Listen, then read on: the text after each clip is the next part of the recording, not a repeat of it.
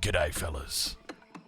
And welcome to Outback Octagon 4, game number 13. This is week number 2, and we're coming to a close of this second week because these players, they're looking to take blood. They're looking to find blood. We find ourselves on land mega random and have a look at this. We got all the kings on standby, ready to roll. Just witnessing, watching, waiting for villagers to come along. You know what's kind of wild is if you spotted this out, you could absolutely bring your villagers over here and try and get an early king kill. You can 100% get a king snipe, and take a look at this. We've got another king coming down right now. You know, one of the little details that's often looked over, but all of the kings, they've got a similar aesthetic to the civilization. So that looks like a Byzantine king right there. It's probably not. What civilization is MSNDK playing? He's playing Order of the Dragon. Yeah, we'll give it to him. Here we've got two identical kings right here. This is Juicy Legacy in Chinese. I can tell you that one. I can give you that one for free. I've played enough to know. And you may notice we've got chat. Of course, we've got chat. Anyway, let's get into it. A little bit of a slow start here, ladies and gentlemen. Where do we start over on this map? I think we start with the two guys that are isolated over on the west side of the map. Ladies and gentlemen, spawning on the west side of the map in the color purple. You know what? We got to come back to him. We got to come back to him. We got to come back to him. This guy, this is someone to be scared of. So we're just gonna leave him. We'll leave him for now. We're gonna come back. In the north of the map, in the color green, playing as Jeanne d'Arc, we've got Mattis. To his south, in the color orange, playing as the Chinese, Wham01. To their east, in the color yellow, playing as the Juicy Legacy. Lash. I was going to say Wham01 again. We've got multiple Whams. This is Wham02. No, it's Lash. It's Lash. To the south of Lash's position, in the color blue, playing as Order of the Dragon, we've got MSNDK. To his south, in the color pink, playing as the Tughlag Dynasty, it's Marine Lord. Oh. Marine Lord's going to look to challenge. I think that's a smart move, especially with these kings on standby. To the ultra south to the map. Sorry, to the ultra south side of the map. There we go. Let's get it out. In the color red, playing as the Roos today, we've got Miomega. In the west, in the color light blue, teal, cyan, we've got Louis MT. And finally, in the color purple, playing as the Abbasid, we've got Corvinus 1. Ladies and gentlemen, welcome to Outback Octagon 4. Today, we've got a bit of a party. All 6 players, or at least 6 players, all on this right side of the map. 2 players over on the left side of the map. There's going to be a lot of action here early on. There's going to be action early on. There's going to be action early on. Don't say I didn't say it. Don't say I didn't say. If you bring your king out here, there's a chance he can get surrounded. And that's exactly what we've got here. 5 minutes. Before 5 minutes in the game, it's all over Red Rover right here for Louis MT. Good night, sweet prince. Corvinus takes the +1. Where are they? Where are they? Where are they? Come on, show me those kings. Get them out. I knew it would happen. I knew it would happen. Oh man, I knew it would happen. You play with fire, you're gonna get burned. And it takes a player like Corvinus 1 the opportunity. He spots it. He says, yeah, we'll do it. We'll do it. So, not only now does Corvinus 1 have this is ridiculous. This is ridiculous. You know what? Before we get into it, can I just show you guys something? Can we just go over here? Hold on, I gotta pull up my my OBS. Okay. Let's go over to the leaderboard and just take a look at this, okay? Corvinus 1 has played 2 games. Everybody else has played 4 games in the top 10, okay?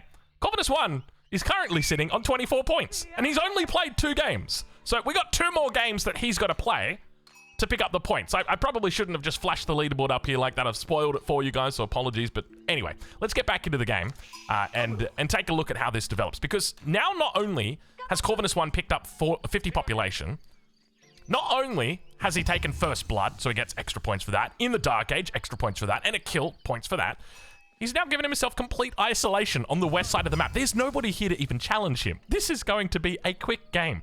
Well, I shouldn't say it's going to be a quick game, but, whoa, what is going on back here? It's going to be a Corvinus game, I suspect. Good luck to the rest of these players. Corvinus one's in the lobby, and he's already eaten, and he's going to be particularly hungry. Now, of course, we've got chat up on the screen in the top right-hand corner. Huge shout-out goes to Cascade, who has been working overnight on this one, and you may have noticed we do now actually have color.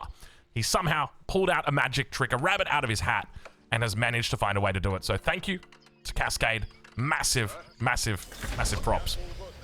Age up's now starting to come through. Mia Maker going to be our first one up to the feudal age here. He's moving down towards the south. Lash also now going to be aging up as well over on that east side with the nice little, nicely positioned meditation gardens here. Not the most resources, but look, you get the double gold. It's not too bad. Next age up going to be coming through from Mattiz. Is he in the green? Yes, he is in the green. All right, we got that right. You can see Joan of Arc. He's opted for the melee Joan of Arc. New age begins for Wham as well as the Imperial Academy comes up. Who's next on the table? Probably, perhaps Marine Lord. Marine Lord only just clicking up now. He's been active with these spears early on. He's managed to secure multiple of these important little merchant camps, and this is exactly what was happening out here. This is part of the reason why this was happening. I wish we'd got a little bit more of a heads up that this was happening down here, just because, like, as I said, like, you need to be so careful. You're putting your king out here. Villagers can absolutely outrun a king. If the king pops his movement speed, they will catch him, and that's exactly what happened. I think, is that the second game that that's happened to Louis MT in? I'm not 100% sure, but I think, was it Beastie that killed Louis' king in the finals of Outback Octagon 3 in the first stage? Or at least he caught him with villagers? Was that Louis' king? Or it could have been somebody else. It might have been somebody else. I know it was Beastie. I know it was Beastie, and I know that he hurt somebody bad. Anyway, let's check in, see how we're doing. You can see at the back of the base here, look at this as well. He's putting the House of Wisdom all the way down. And interestingly, going up with the Culture Wing. So not going Eco Wing, not going like the 3 TC Castle Age, but instead probably going to be prioritizing Castle Age. Maybe looking to pick up relics. Maybe looking to get a bit of an idea on where the enemy kings are. That's going to be his play here. That's the way that he looks to do it. You can see he's out. He's capturing all these merchant camps as well, utilizing his scout for it. He's found so many of them over here on the west side. Corvinus one now aging up. Marine Lord also aging up as well. Quite a few spears out. Looks like it's going to be, at the very least, maybe a second TC coming out for Marine Lord here, so we'll keep an eye on him. Professional scouts now coming through for Wham. He's got the stable. Going to look to begin picking up all of the deer, bringing them back towards the mill. And now we've got Joan of Arc together with that green Royal Knight making his way around the base of Wham 01. Of course, Mattiz looking to get down and dirty early on in this game. Taking names early. No sign of a second TC until we spotted this stone outcropping. So now we know what's happening. He's looking to play or slow play it. And that's probably the smartest move that he could make. More deer now going to be coming back in as well. Corvinus one does throw the second TC down. So he's not going in for a 2 TC play. I think that's what he's avoiding, or he's just looking to throw in the 2 TCs for now. Is he not? Is he going to play 3 TC? Where's the stone? There's stone here. He's on gold. He's very heavy on gold. It can't be. He's just going to be going with 2 TC, I think, which is kind of strange for the Abbasid. Normally, you see them go for a little bit more TCs, but hey, there's nothing that stops him from adding in more TCs later on. Let's keep checking in with these players. Of course, they're all very close together, so it means that at any point in time, it could all break out. So we do have to be very aware. Age up. The first one going to be coming through right here. Well, it's not the first one. We've also got another one over towards the right side. It's the Regnitz that he's opting for here, MSNDK. Now, keep in mind, he's playing Order of the Dragon, so your Burgrave is not as strong as the Holy Roman Empire, so probably part of the reason why he's doing that here. And you can see the aggression still quite strong here from Mattiz. He's looking to just keep Wham in the base for the moment. He's playing the Chinese, and you know, Wham's in a decent spot. I mean, he's caught between a lot of players, but he's kind of got some, you know, there's no one over to his west. Well, except for this guy, but you know, he's kind of far away, so we don't have to worry too much about him. So let's check in now. We've got the high trade house that's come up. Not the best high trade house, only 25 wood or 25 trees that he's been able to pick up. So not a huge amount of trees. MSNDK now immediately starts training up the prelates. Got the 2 farms back here, Ark and Chapel. Now that's looking a little bit healthier. Have a look at that wood line. That is an absolute gigachad wood line. Everybody just going for a super fast castle agent. What is this? He's got fast castle into the Montlu Academy? I know it's Mount Lu, but I call it Montlu. It's got to be Montlu. He's upgrading the supervision on the Imperial official? So he's gonna try and supervise what's he gonna do? So this is the weirdest strategy I've ever seen from Lash. So, I'm confused. First of the relics, first of the Wallalols. How many Wallalols will we see this game? I mean, we've got the Wallalol God in this game himself, so I suspect we may have quite a few in this game. He's already working on that relic as well. We can see he's got the Forgotten Ruins here. He's, there you go. King just doing king things. Dude, I remember the first time I saw a king do that, and then I killed it immediately. That was a great FFA game. The king can go inside the Forgotten Ruins. Oh, gosh. Dangerous. Dangerous.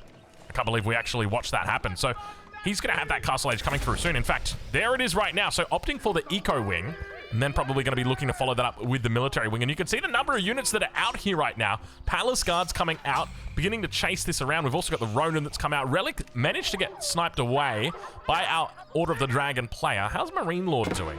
Marine Lord's doing not too bad here. Second Town Center's come down for him. Compounder the Defender going to follow it up. Probably the right call in this situation to go for the Compounder the Defender, just because it just affects so many buildings, and you really want to be building quite a lot here. Now, I think a question on my mind, how does Marine Lord get out of here? He is stuck, right? Like, this is not a good situation for him. He's got players on every single side. So he's going to have to play this incredibly well if he wants to get out. And I was kind of excited about this game because as soon as you see Marine Lord getting the Tughlag Dynasty, you're like, okay, great. We've got a really good player on one of the new civilizations that we haven't really seen flexed. And then he gets a spawn like this. And it's like, damn it.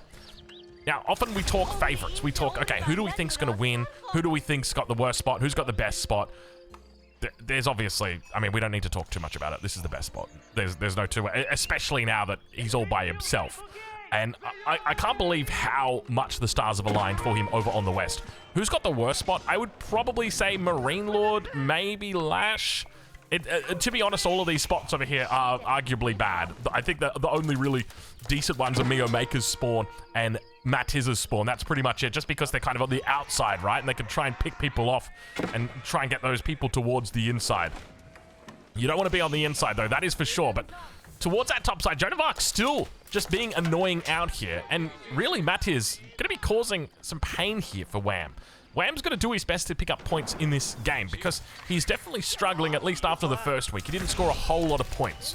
Matiz now going to be reaching the Castle Age. Keep in mind, Matiz also has that second town center up, so he's also scaling into the late game. He's going to be feeling good about his position.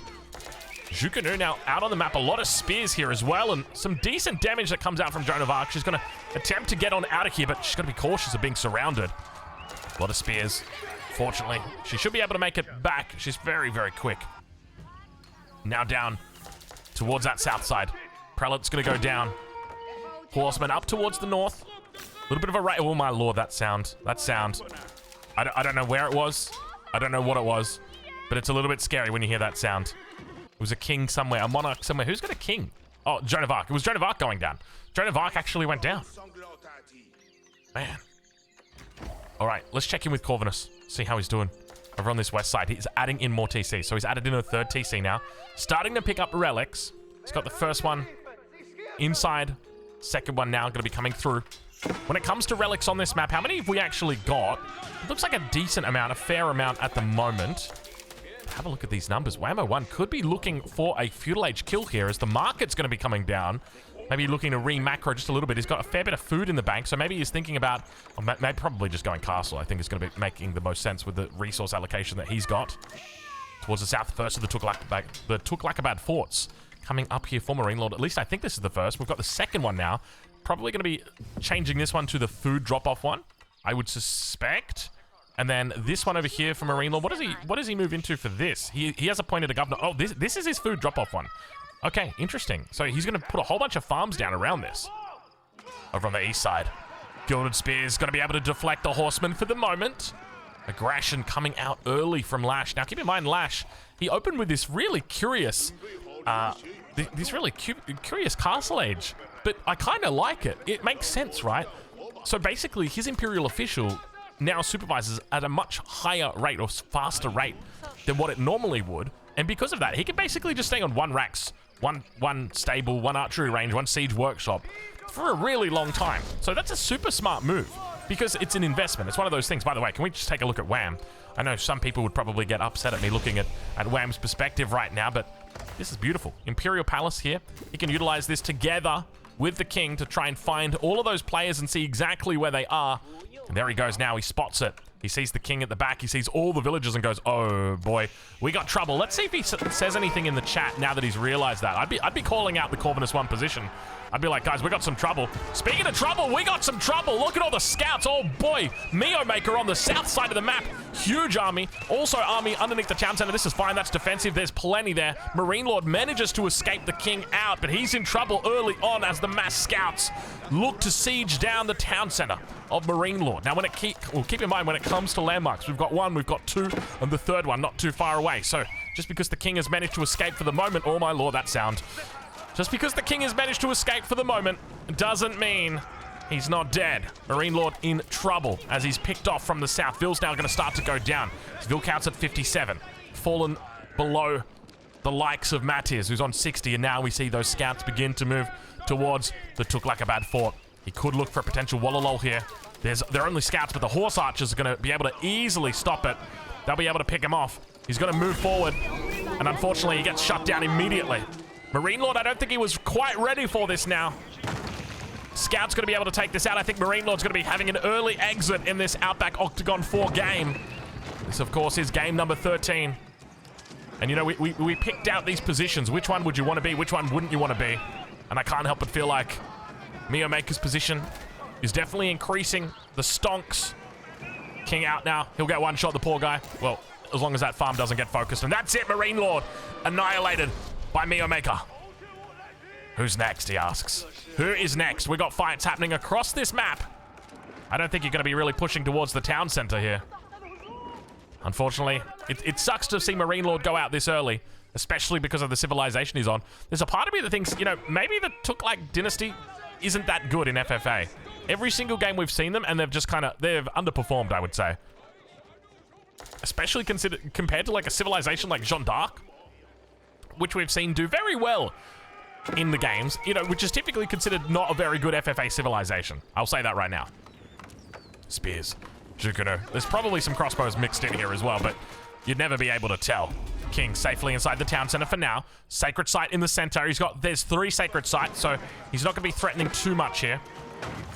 Do we have crossbows? It doesn't look like we got crossbows. Ville's being pulled. Oh, he's going all in. Wham, 01, bringing the trash, the truck, the trailer. He's got everything right now. Underneath this town center, he is looking to end Matiz.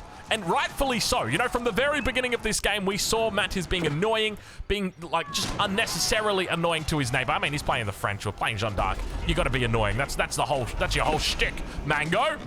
Little bit short, unfortunately. Unable to find it. Wallalol attempt over towards the west. He's trying to bait out anything that he possibly can. Oh, almost got a spear. Almost got a spear for his hard work right there. It just kind of reveals to everybody, hey, this is what's happening. And I think Wham, just excited to be able to get back. Oh, no. Oh, no. Oh, no. The king's going to go down, though. The king's going to go down. And Wham-O-1 manages to keep all the villagers alive. 48 villagers right here. That's almost every single villager that is now, oh, my lord, that is now been able to take out Matiz to the north. So, you know, from the position of Wham, that feels incredibly good. To be able to kill somebody that has been annoying you since the beginning of the game, dude, that feels so good. Okay, Mio Maker. He's got quite a good force that's beginning to build up here, and I love this. I love the fact that he's going into scouts. Scouts might not make sense initially, but then you realize, hold on, he's got hunting cabins. That's why he's spamming scouts, because he can just constantly have these bad boys coming out. We can see them right here on the back. We got ourselves, oh my lord, look at the amount of nest of bees. Oh, he supervised all the nest of bees out. That's so smart. Lash right now with some actual next level strategies for FFA. They've done a little bit of a misfire. He manages to get another volley off. Mangonel's at the back, able to take out the first of the nest of bees. Now we got ourselves another potential avenue for Mio Maker. He's definitely looking to rise. Comes out through the center. Gets spotted out. These armies here for Lash. Lash's army has dwindled. Mio Maker could potentially pick up a double here if he wanted.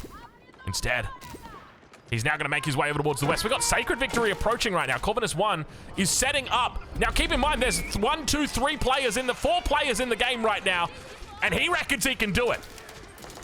Now, obviously, they're fighting amongst themselves. He knows that. He's gone out to an early lead, 111 villages in this game. So there's definitely a part of me that thinks, hey, you know what? This could absolutely be a smart move from him. As long as he's able to gaslight them and say, I'm not going for it, guys, I'm just getting the gold, then he is in a really good position. Because keep in mind, these two over here have been fighting. And this is a classic case of FFA, where you've got these two players that instead of going towards the target, are going towards each other. And you know, it's one of those things where it's like you've invested so many resources in killing your neighbor, and now you're telling me I'm not allowed to finish them off, or I'm not allowed to commit every single last bit. It's disheartening, to say the least. So, Corvinus 1, definitely in a solid spot here, and such a smart move. This has just been an absolute... Oh, he's secure as well. Stone wall around the House of Wisdom and the keep.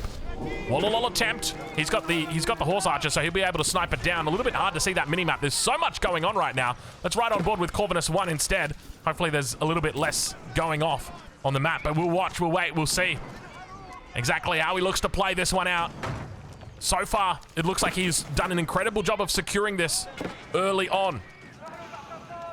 Horse archers, together with the scouts, probably going to be able to take this out. Town center down to 1,700 health. Back over on that west side. And you can see that Mio Maker's not going after Corvinus 1. He's actively killing the players in the game, so it's almost like he's taking second place in this situation to Corvinus 1. Town center about to go down.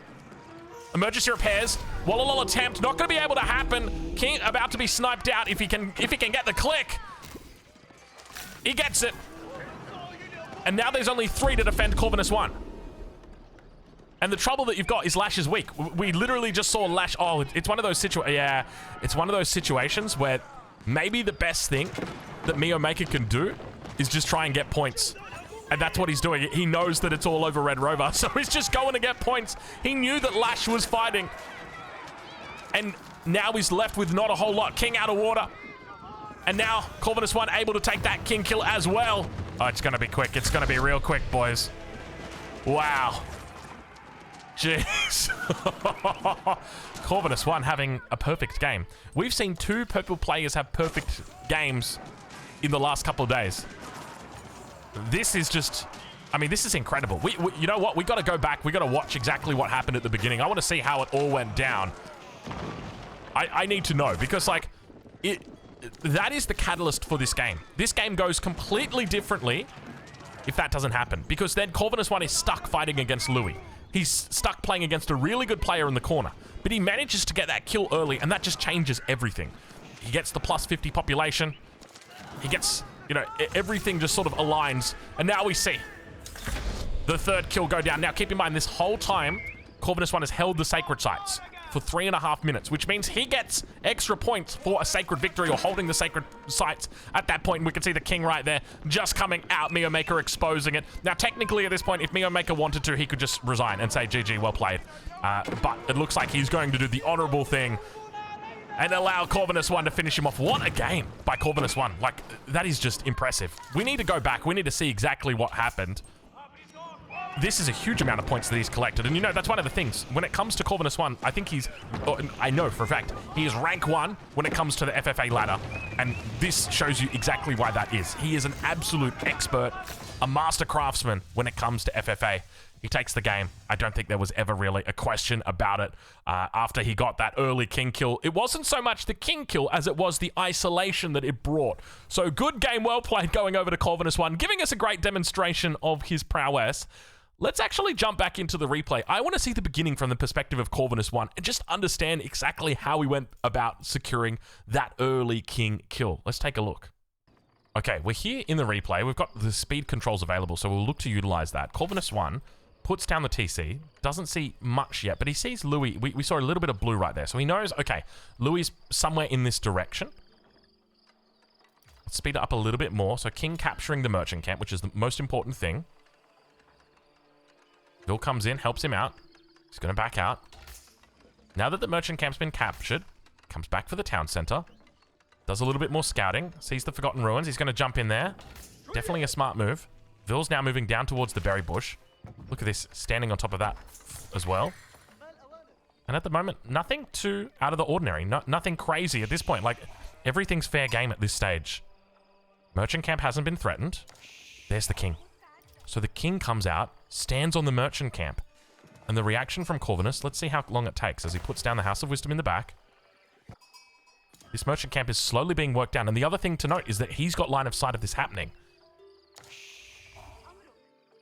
He sees this happening. And the thing is, Louis knows that he sees this happening. So Louis is being very bold with this. So Ville's going to move up, around.